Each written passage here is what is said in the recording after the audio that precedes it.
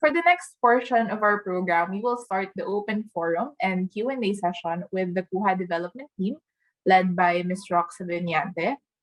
And to the Kuha team, please turn on your cameras and be ready to answer questions. So for those who are streaming this event via Facebook Live, you may also type your questions in the comment box, and our team will try to relay them as we go throughout this portion of the event. All right.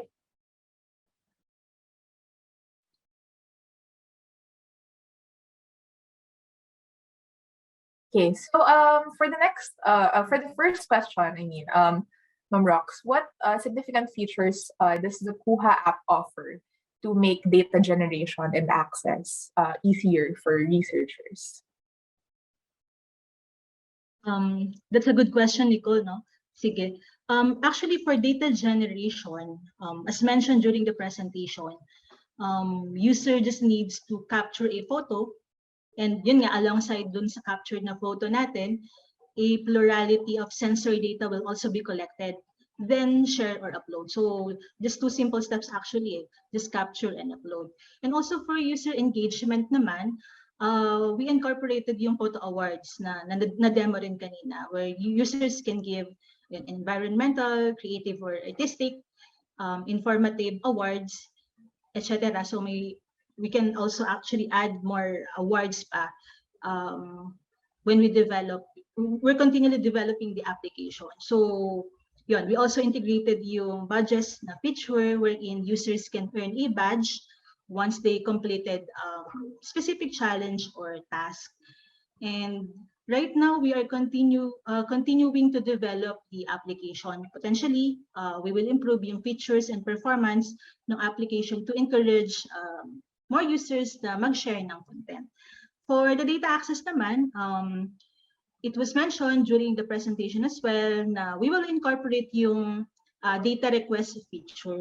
So we will provide an API access for those researchers or entities who will send data requests, and making sure that yung data will be used for scientific studies. Yung all requests naman will be subjected to the approval ng head of the agency. So currently, sa DOST-ASTI yung si DOST-ASTI head, si Dr. Franz yung mag-accept or mag-approve ng data request. Currently ngayon, nag-build pa kasi tayo ng data. So hindi pa open yung data request to researchers. Hopefully by next year, kung magkaroon tayo ng enough amount of data, that feature will be available for researchers, students, enthusiasts, citizen scientists na interested na gamitin yung data to conduct different scientific studies. Okay, thank you, Ma'am Rox. So it's good to know that we have features that ensure engagement for both users and researchers, and that the development team is still very much proactive to equip the app with even more features moving forward. So ideally next year, if we have more users. So I guess as a follow-up to that, Ma'am Rox, the next question is how can the Kuha app ensure the user security when taking and sharing their photos, for example, within the app? So how can we ensure that everything, all of their data is still secure when using the app? Yes, Nico, we have developed our privacy policy in terms of use natin. Meron din tayong community guidelines. We also have consulted the National Privacy Commission. We have conducted yung PIA, yung Privacy Impact Assessment ng project. And even we consulted din yung CERT-PH. We asked for their expertise to assess yung process natin and also yung application. Yan. So all data that will be used for analysis will be anonymized. Hindi naman required actually yung personal information na pangalan. We are actually just requiring yung year of birth, but yung display name you can use whatever display name you want, pero we just ask yung year of birth. For the reason being is you just want to protect yung mga kabataan nga natin na gumagamit. So we have our children's policy din na we want to ensure na at least 13 years old yung gagamit ng application natin.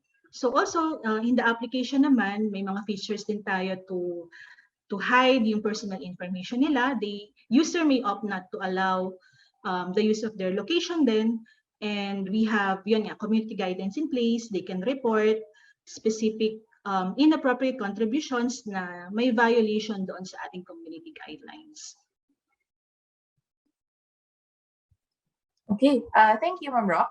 And I think users can access then the privacy policy naman and the guidelines of the app upon installation. But it's good to know that the development team was able to put in place the security measures to ensure the security of the users as well. In relation to your answer to the first question, Ma'am Rox, would you care to specify or discuss further any new features or, for example, additional security measures that you're planning to implement within the app in the next years? Yes, Nicole. Actually, we are planning to incorporate artificial intelligence application in detecting inappropriate content. Kasi mahirap din na i-monitor talaga, lalo na kung malaki na yung user base natin, marami na nag-share.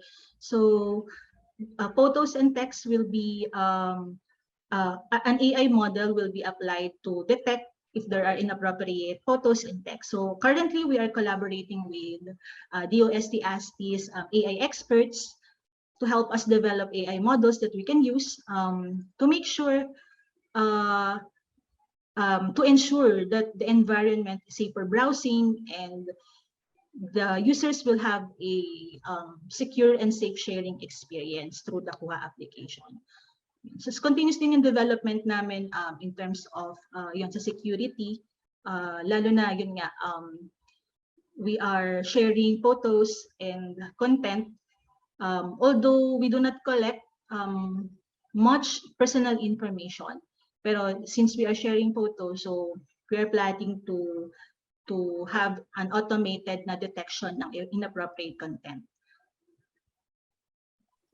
Okay, so we have a question actually from one of our attendees here in Zoom.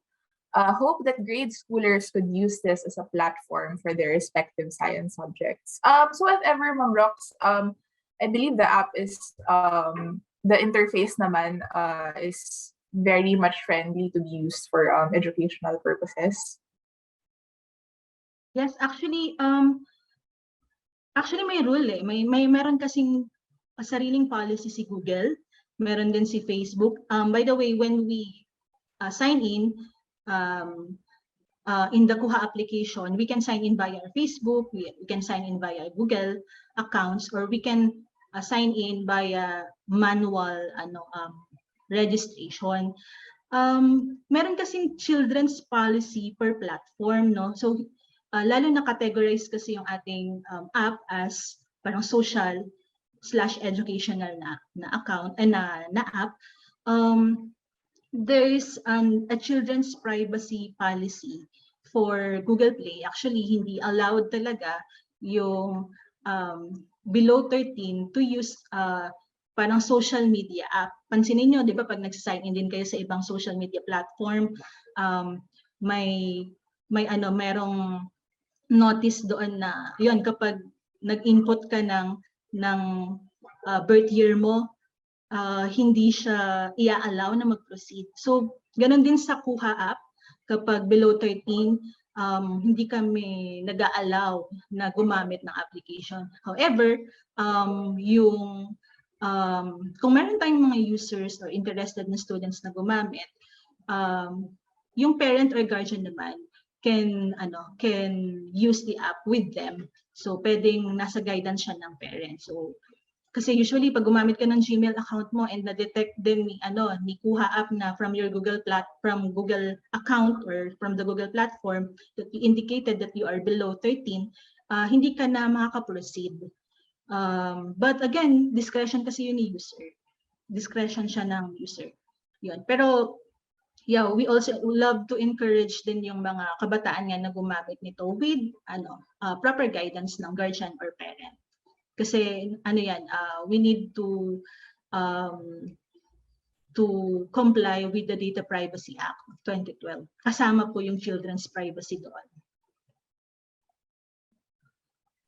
Okay, thank you for that, Ma'am Rox. But everyone who are planning to install and use the Kuha app, let's also be wary of the guidelines that both the Kuha development team and Google also have put in place to ensure everyone's security when using these applications. So for the next question, the question here is, since data is for research, how long can the data be retained in the app? For the data retention, actually walang timeline on how long the data will be stored. However, according sa ating privacy policy, we will keep all the information for as long as necessary unless there is a request for deletion ng data subject. So every data subject has an exercise, can exercise their rights to delete or deactivate yung kanilang account. And also meron din tayong feature sa app na pwede silang mag-delete or mag-delete ng content, mag-delete ng account, or mag-deactivate ng account for the meantime kung gusto nilang take a break, di ba? Ganun naman yung usual na ginagawa natin kapag meron tayong social media application. However, we may retain your information when required by the law. So ito rin yung provision natin sa Data Privacy Act. So you can delete your own data, you can request from us na mag-delete or deactivate if you don't know how. Yung contact details po natin, lahat yan nasa website naman natin, lahat ng contact information nandun po. Where can you contact yung data privacy officer ng Kuha? Yun. Okay, thank you, Ma'am Rox. Now for our next question, which is also unfortunately our last question because we're a little pressed for time. The last question is in relation to the discussion earlier. Are the data collected and uploaded in the app not prone for alterations? Yes, actually, as I've mentioned earlier, we ensure na yung data will be stored in a safe environment. We also have permissions in place. We have our servers are secured and behind a firewall, may encryptions po tayo, and meron po tayong mga security controls on the application and on the server side. So we implement yun po, reasonable and appropriate physical, technical, and organizational measures. Also, yung nakaka-access lang po ng data natin, ng account natin is yung data subject. Now, yung mga na-share po na data sa community per our privacy policy, anonymize po lahat yung gagamitin, meaning sensor data lang. So we do not use email address, the year of birth, or other personal info provided. So bakit natin kina-capture yung mga ganong information? That is for making sure na legit yung user natin, no? Parang walang robots na gumagamit ng app, and also for your rin yun, security pagdating sa pag-secure ng sa pag-manage ng account. You can you can personally deactivate or activate your own account, and making sure that you activate the account via your personal email.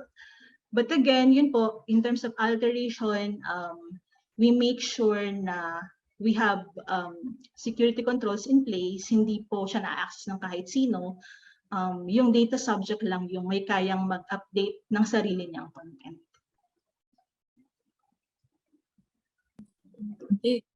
Thank you very much, Ma'am Rox. Unfortunately, that's all the time we have now, which brings us to the end of today's event. We hope you learned something from our speaker today. But if you do have more questions that we weren't able to entertain today, you can still message us through the DOST-ASTI Facebook page and through media at asti.dost.gov.ph, and we will relay your questions to the Kuha development team.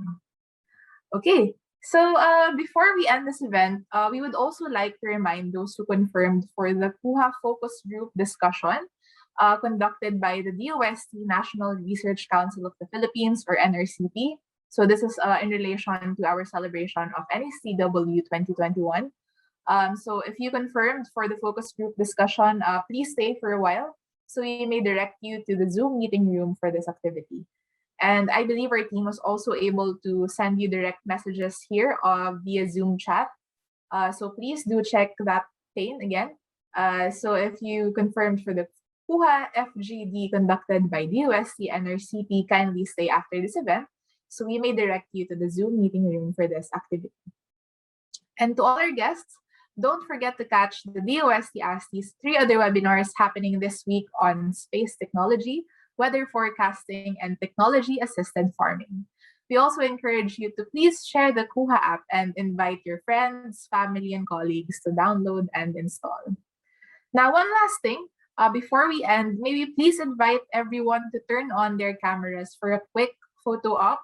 So our team will be promoting everyone to a panelist. So you can turn on your cameras and join in for a quick photo opportunity with all of the guests. All right. On behalf of the entire DOST Advanced Science and Technology Institute, thank you very much for being with us this afternoon. This has been Nicole Chavez, your moderator. Stay safe, stay curious, at magandang agham po sa ating lahat.